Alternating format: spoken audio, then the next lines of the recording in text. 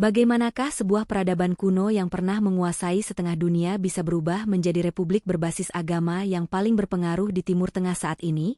Dari kejayaan Persia, revolusi berdarah, hingga konflik global yang mengguncang dunia, apa sebenarnya yang terjadi di balik perjalanan panjang Iran?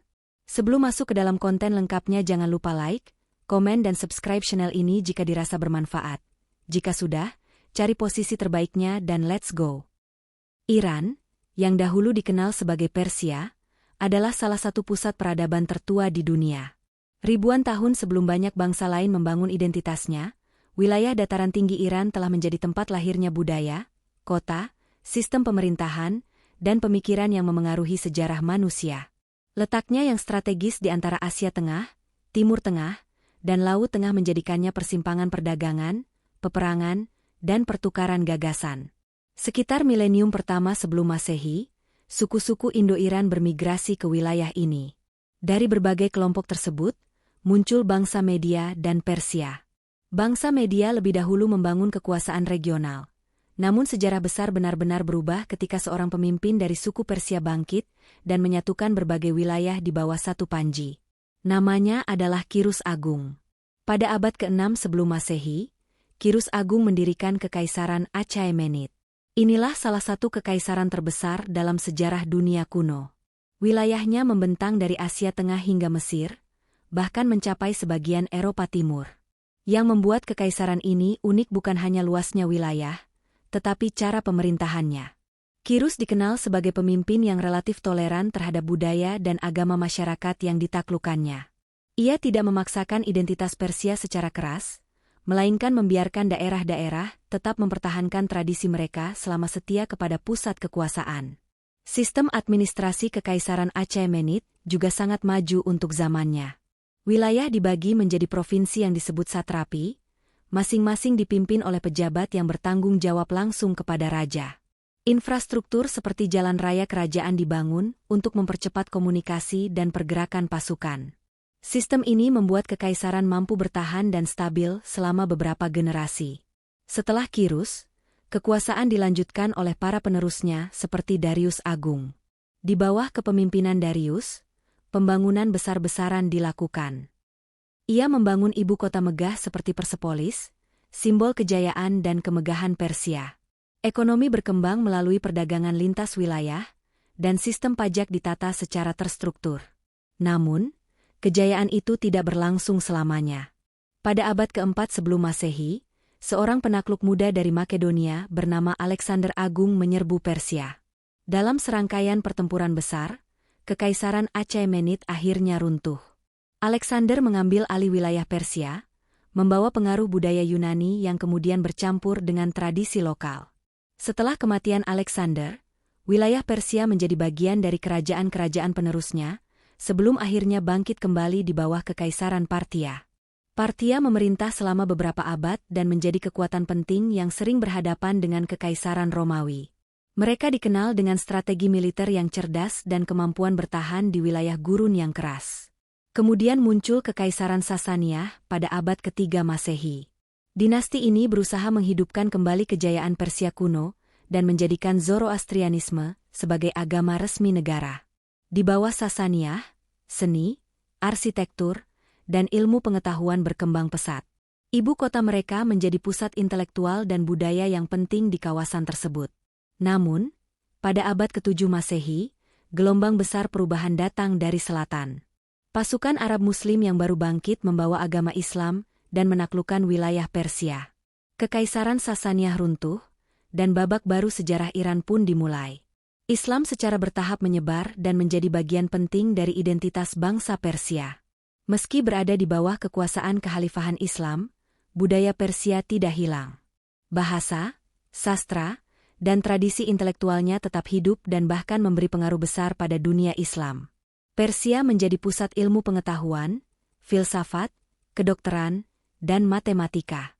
Nama-nama ilmuwan dan penyair besar lahir dari tanah ini, membentuk warisan budaya yang bertahan hingga kini. Setelah runtuhnya Kekaisaran Sasaniah pada abad ke-7 Masehi, wilayah Persia memasuki era baru di bawah kekuasaan Islam. Penaklukan oleh pasukan Arab bukan sekadar perubahan politik, tetapi juga transformasi besar dalam struktur sosial, budaya, dan spiritual masyarakat. Islam perlahan menjadi agama mayoritas, menggantikan Zoroastrianisme yang sebelumnya menjadi fondasi keyakinan negara. Namun, berbeda dengan banyak wilayah lain yang sepenuhnya melebur ke dalam budaya Arab, Persia justru mempertahankan identitasnya. Bahasa Persia tetap berkembang, bahkan kemudian ditulis menggunakan huruf Arab yang dimodifikasi. Sastra Persia mengalami kebangkitan luar biasa. Penyair-penyair besar lahir dan menciptakan karya yang bukan hanya indah, tetapi juga syarat makna filosofis dan spiritual. Pada masa kekhalifahan Umayyah dan Abbasiyah, banyak ilmuwan dan cendekiawan Persia memainkan peran penting dalam kemajuan dunia Islam. Kota-kota di wilayah Persia menjadi pusat ilmu pengetahuan. Bidang kedokteran, matematika, astronomi, dan filsafat berkembang pesat. Tradisi intelektual Persia memberi warna kuat dalam peradaban Islam klasik. Namun, kekuasaan pusat kekhalifahan perlahan melemah. Seiring waktu, muncul dinasti-dinasti lokal yang memerintah wilayah Persia dengan otonomi lebih besar. Dinasti seperti Tahiriyah, Samanid, dan Buid memberikan ruang bagi kebangkitan kembali identitas Persia. Bahasa dan budaya lokal semakin ditegaskan, dan warisan pra-Islam kembali dihargai. Memasuki abad ke-11 dan 12, wilayah Persia mengalami gelombang invasi besar dari bangsa Turki Seljuk. Seljuk membawa kekuatan militer baru dan memperluas wilayah kekuasaan mereka. Meskipun berasal dari Asia Tengah, mereka mengadopsi banyak aspek budaya Persia. Administrasi pemerintahan, seni, dan sastra tetap dipengaruhi kuat oleh tradisi Persia. Kemudian datang gelombang yang lebih dahsyat, invasi Mongol pada abad ke-13. Pasukan Mongol yang dipimpin oleh keturunan Jenghis Khan menghancurkan banyak kota dan pusat peradaban. Kehancuran ini begitu besar hingga mengubah peta demografi dan ekonomi kawasan. Namun sekali lagi, Persia menunjukkan daya tahannya. Setelah periode kehancuran awal, penguasa Mongol yang menetap justru mengadopsi budaya Persia dan memerintah dengan pendekatan yang lebih terstruktur. Dari puing-puing kehancuran itu, lahir kembali kebangkitan budaya dan politik. Pada abad ke-15 dan 16, muncul sebuah dinasti yang akan mengubah arah sejarah Iran secara permanen, dinasti Safawi. Di bawah kepemimpinan Shah Ismail, Safawi berhasil menyatukan sebagian besar wilayah Persia dan mendirikan negara yang kuat dan terpusat. Keputusan paling monumental dari dinasti Safawi adalah menjadikan Islam Syiah 12 imam sebagai agama resmi negara. Sebelumnya, mayoritas wilayah Persia beraliran Sunni, seperti banyak kawasan lain di dunia Islam. Kebijakan ini bukan hanya langkah religius, tetapi juga strategi politik untuk membedakan diri dari kekuatan Sunni besar di sekitarnya, terutama Kesultanan Utsmaniyah. Perubahan ini membentuk identitas Iran secara mendalam. Ulama Syiah memperoleh posisi penting dalam struktur negara dan masyarakat. Tradisi keagamaan Syiah, termasuk peringatan Asyura dan penghormatan kepada para imam, menjadi bagian tak terpisahkan dari kehidupan sosial. Identitas Syiah inilah yang kelak akan memainkan peran besar dalam sejarah politik Iran modern. Di bawah Safawi, seni dan arsitektur berkembang pesat. Kota Isfahan menjadi simbol kemegahan baru Iran, dengan masjid-masjid megah, jembatan indah, dan tata kota yang dirancang secara estetis. Perdagangan juga tumbuh, menghubungkan Iran dengan Eropa dan Asia.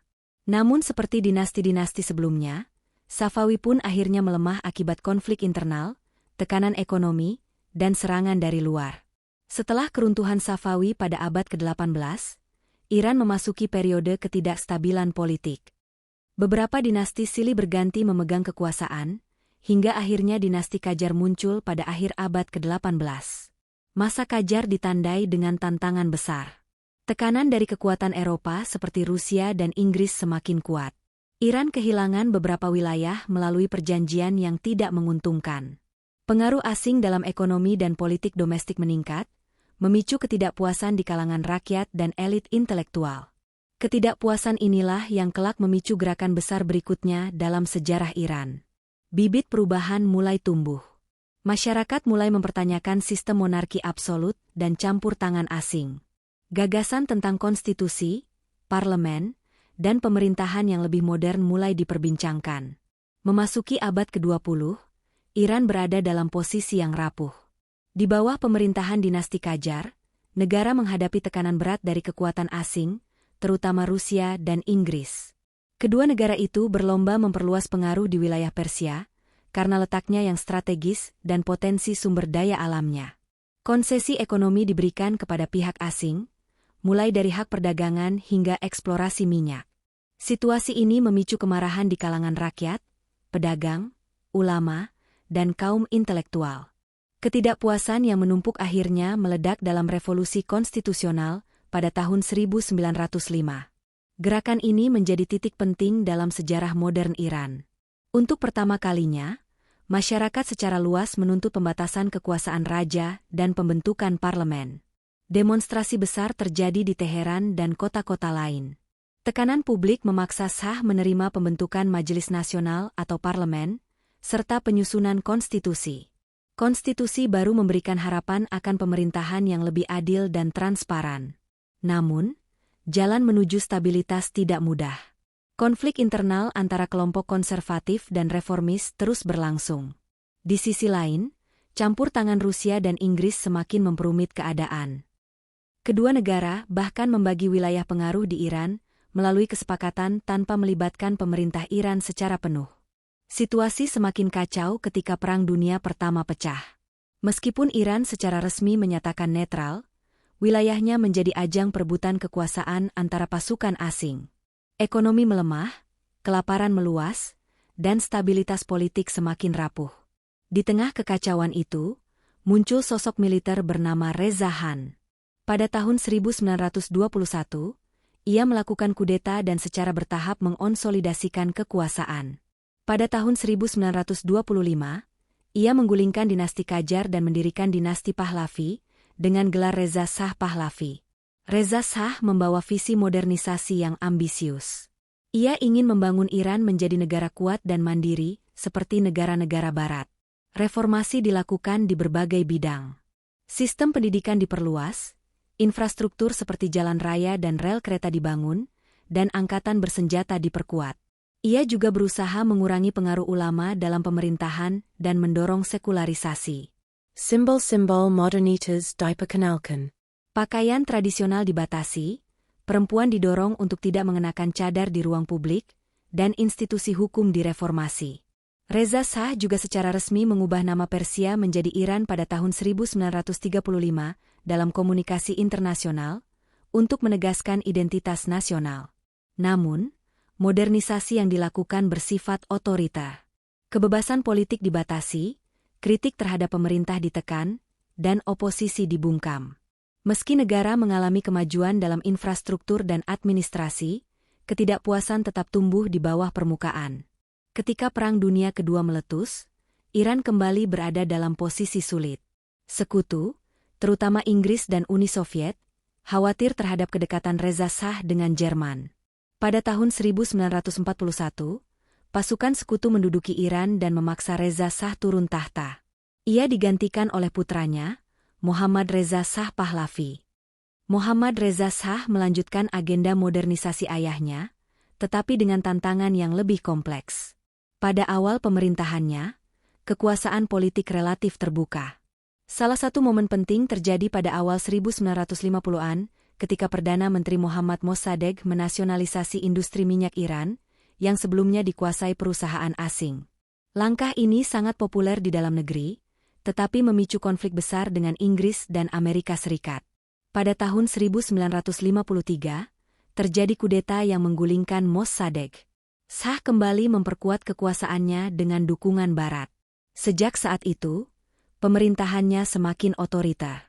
Pada dekade 1960-an dan 1970-an, Shah meluncurkan program reformasi besar yang dikenal sebagai Revolusi Putih.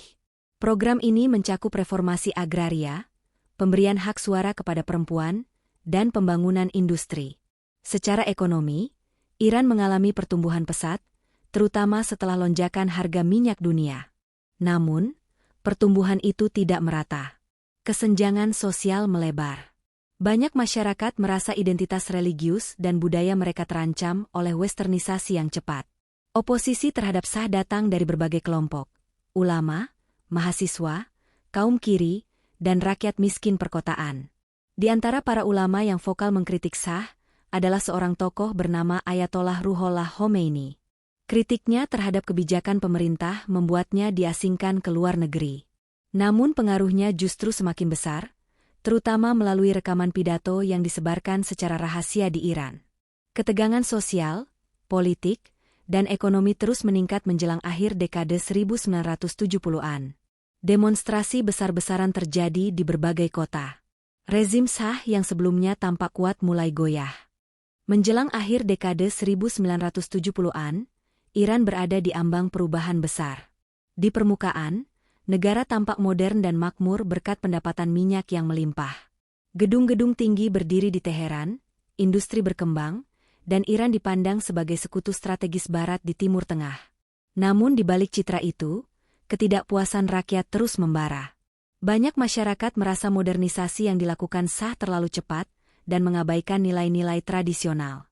Kesenjangan antara kaya dan miskin semakin lebar.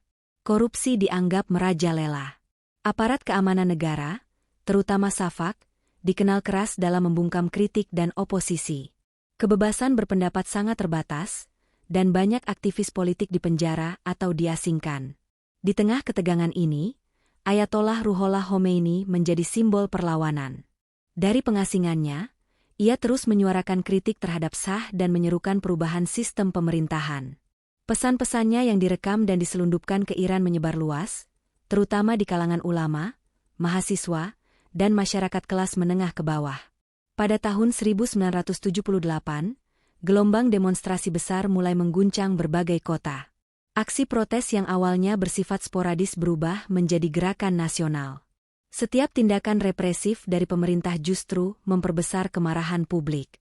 Ribuan orang turun ke jalan menuntut pengunduran diri Shah dan perubahan sistem politik. Situasi semakin tak terkendali pada awal 1979.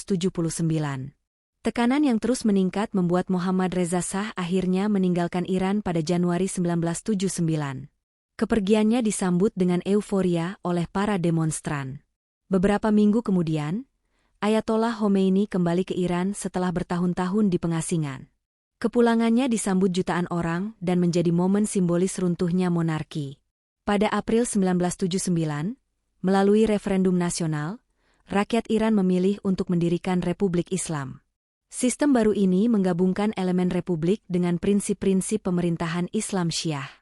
Konstitusi baru disahkan, menetapkan struktur unik yang memberikan kekuasaan besar kepada pemimpin tertinggi, seorang ulama dengan otoritas religius dan politik tertinggi. Ayatollah Khomeini menjadi pemimpin tertinggi pertama Republik Islam Iran. Di bawah sistem baru ini, presiden dan parlemen dipilih melalui pemilu, tetapi tetap berada di bawah pengawasan lembaga-lembaga keagamaan seperti Dewan Garda dan Majelis Ahli. Struktur ini mencerminkan upaya menggabungkan demokrasi elektoral dengan kepemimpinan religius. Tidak lama setelah revolusi, Iran menghadapi ujian berat. Pada tahun 1980, Irak di bawah Saddam Hussein melancarkan invasi, memicu perang Iran-Irak yang berlangsung selama 8 tahun. Konflik ini sangat brutal dan menguras sumber daya negara. Ratusan ribu orang tewas, dan infrastruktur hancur. Namun perang juga memperkuat solidaritas nasional dan memperkokoh posisi rezim baru. Setelah perang berakhir pada 1988, Iran mulai fokus pada rekonstruksi. Ketika Ayatollah Khomeini wafat pada 1989, kepemimpinan beralih kepada Ayatollah Ali Khamenei sebagai pemimpin tertinggi. Transisi ini berjalan relatif stabil, menunjukkan bahwa sistem baru telah mengakar kuat. Sepanjang dekade 1990-an dan 2000-an, Iran mengalami dinamika politik internal yang kompleks. Ada periode reformasi ketika presiden yang lebih moderat berusaha membuka ruang kebebasan sipil dan memperbaiki hubungan internasional. Namun ada pula periode konservatif, ketika kebijakan kembali menguatkan kontrol ideologis. Hubungan Iran dengan dunia internasional seringkali tegang, terutama terkait program nuklirnya. Sanksi ekonomi dari negara-negara Barat berdampak besar pada perekonomian. Inflasi, pengangguran, dan tekanan sosial meningkat, memicu protes dalam negeri dari waktu ke waktu. Meski menghadapi banyak tantangan, Republik Islam tetap bertahan. Sistem politiknya terus beradaptasi, meski seringkali dengan gesekan internal. Generasi muda Iran tumbuh dalam realitas globalisasi, teknologi, dan media sosial, membawa perspektif baru tentang identitas, kebebasan, dan masa depan negara. Memasuki abad ke-21, Iran berdiri sebagai salah satu negara paling berpengaruh di kawasan Timur Tengah. Republik Islam yang lahir dari revolusi kini telah melewati lebih dari 4 dekade perjalanan. Sistem politiknya telah diuji oleh perang, sanksi ekonomi, tekanan diplomatik, dan gelombang protes dalam negeri. Namun negara ini tetap bertahan, dengan identitas nasional dan religius yang kuat. Secara politik, Iran memiliki struktur yang unik. Di satu sisi terdapat lembaga-lembaga yang dipilih rakyat seperti presiden dan parlemen.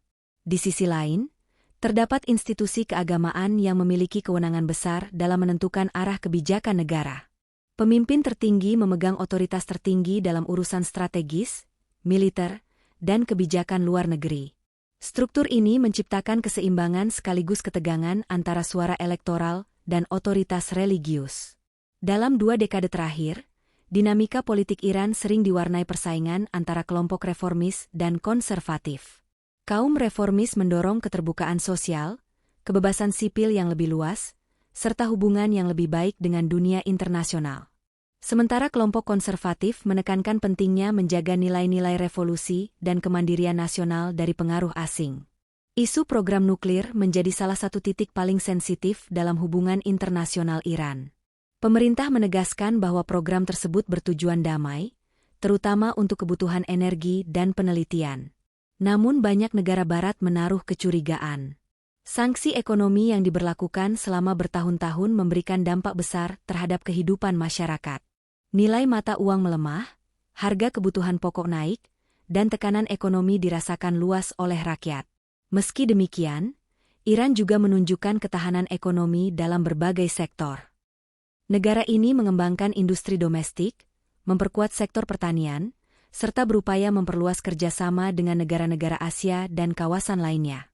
Di bidang militer dan teknologi pertahanan, Iran melakukan investasi besar untuk memperkuat kemampuan dalam negeri. Di tengah tekanan eksternal, tantangan internal pun terus muncul. Gelombang protes beberapa kali terjadi, dipicu oleh isu ekonomi, kebijakan sosial, atau tuntutan kebebasan yang lebih luas.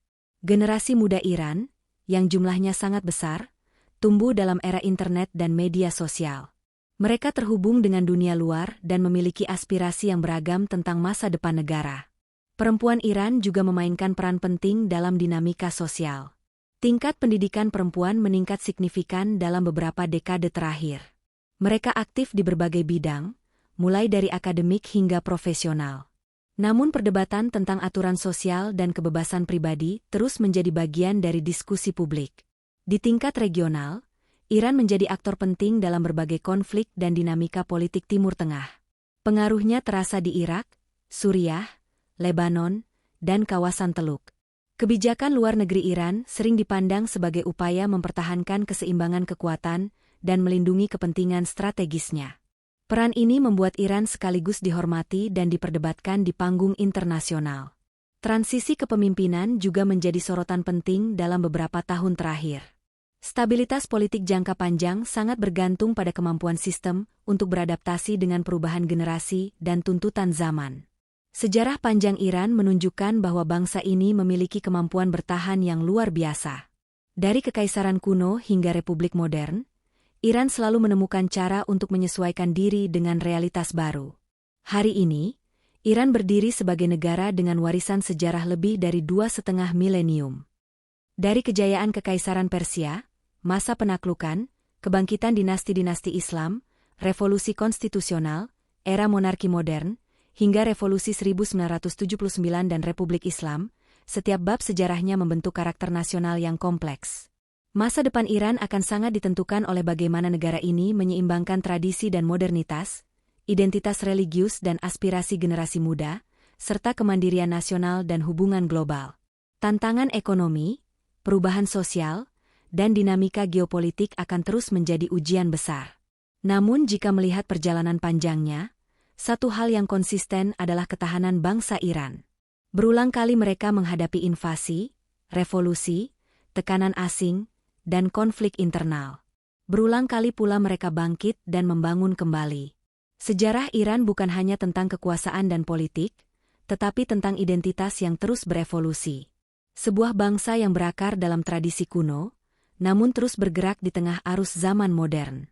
Dan kisah itu, hingga hari ini, masih terus ditulis.